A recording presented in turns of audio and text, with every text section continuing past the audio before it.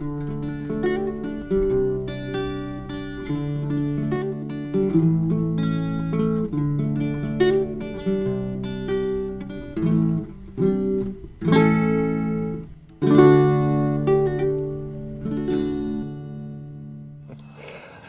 were tagged by OIFEagle, and he was asking about if you had one gun to choose. And of course, this has been around for a while, right? It's on YouTube. All of the gun community's done this video, but I thought since I was tagged, I would go ahead and do it. The question is, if you could choose just one gun, and so, you know, what would it be? So I went in and got 2 or 3 here, just as teasers. And I thought I would go over the benefits with Alex right quick. All of you experts on YouTube know the difference, but I thought this could be a teachable moment. Of course, Alex is pretty good at this too. So, Alex, I got one of your old ponchos from camp. Oh my gosh, this is my poncho? That's one of them. Is that the rain one? Remember when it rained? Yeah. Remember at Skymont when you had to patch it with duct tape? And there's a rip. I think I just put it in. That was not fun. But anyway, what we have is my old Brazilian-made shotgun.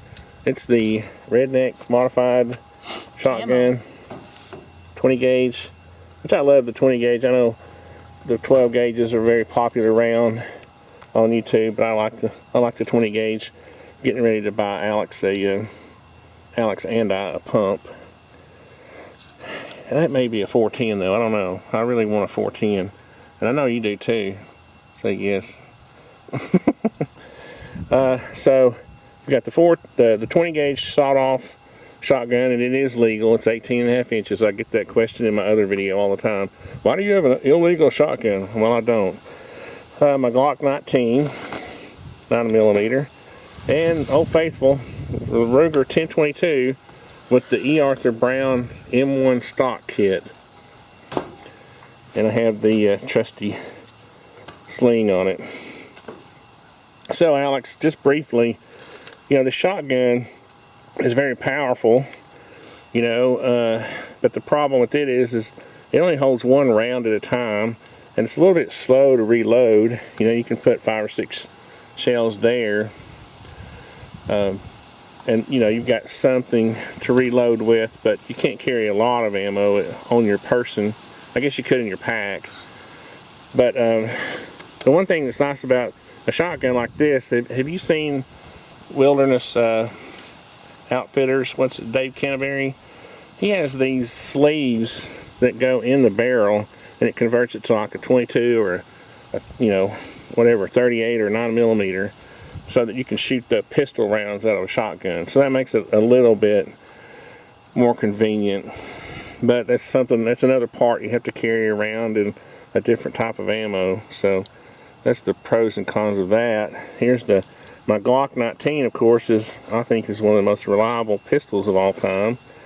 The 9mm is a good round, but what do you think about, I mean, having a pistol, if you had to shoot something, say you saw a deer out there, you were in a survival situation and you wanted to shoot it, would it be a little bit hard to do at like 100 yards, wouldn't it? Yeah. Can I just say like what I would? Yeah, well, I was going to go over each one of them, and I was going to let you have your 2 cents. Okay. Now, going back to the deer, I mean, you could have they make shotgun shells with slugs in them, you know that, right? They make them with the shot shell, you know, just little BBs, and they also make them with slugs, big round 1-ounce slugs that go in there. So you could kill a deer with that more easily than the pistol. I guess I could sneak up on him with my monk-like reflexes. Yeah. So anyway, I mean, this is very portable. That's a pro, and a con would be another pro would be the ammo's not that expensive. You know, the cons would be short range. What else? What would be another con? It's not as easy to handle, I guess. There's a lot of... That's true. Recoil. That's true. You can't hold it as still.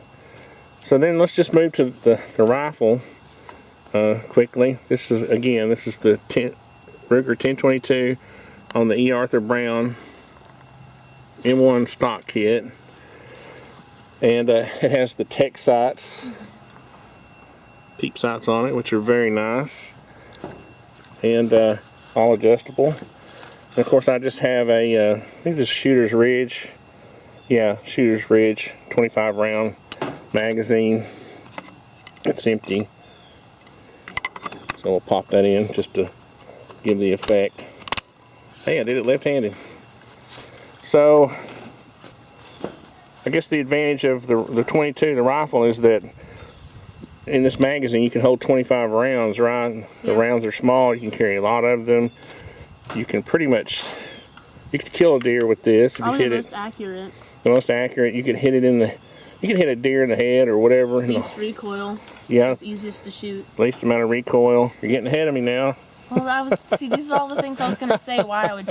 Okay, well, so anyway, I think people know where we're gonna go with that. You go ahead and put your two. I was gonna say before we even started this, I would choose, probably the 22, obviously, because obviously it has the most. It can hold the most ammo. It's the easiest to shoot, and if you're in a survival situation, or if someone, say, even if it wasn't a deer, or if like someone was, I guess, attacking you. Yeah.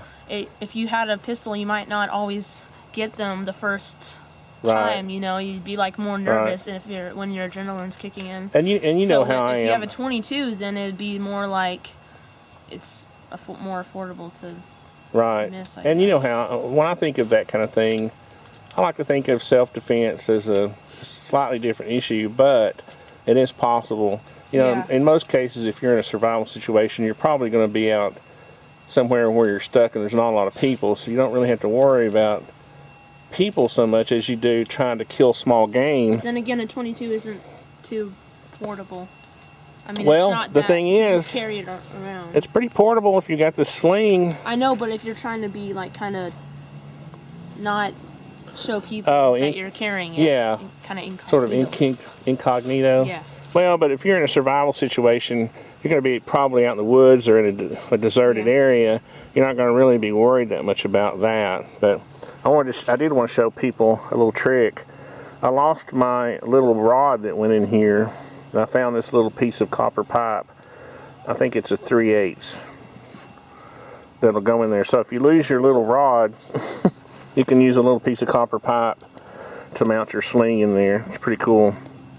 And that diameter plus the thickness of the webbing makes it really snug. I mean, I can't really get it out, so I can force it out. But anyway, so that's the sling came with the kit. It was extra, but I bought it. It's pretty neat. So yeah, but see the sling, you just sling this over your back.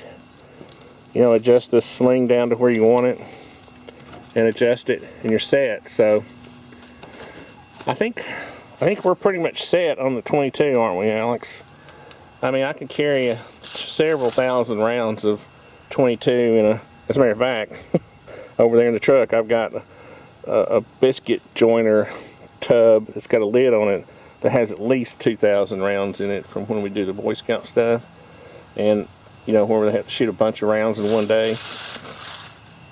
And it's just really easy to carry. If you tried to carry, you know, 2,000 rounds of 20 gauge shot, it would be very long, or a very big pack you would have to carry. So I guess you could carry 2,000 rounds of 9mm pretty easy, but it would be a lot heavier than because this is like a 115 grain bullet, and the 22 is like a 40 grain bullet. So,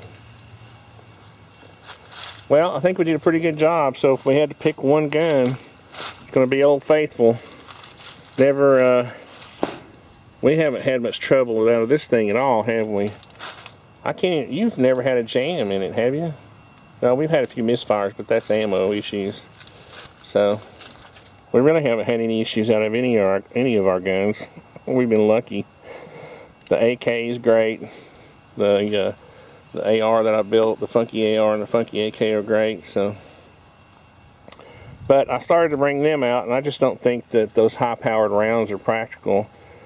You know, in a survival situation, you're probably going to be, you know, hunting for squirrels and rabbits and raccoons. You're not going to need an AK to kill a squirrel. Yeah.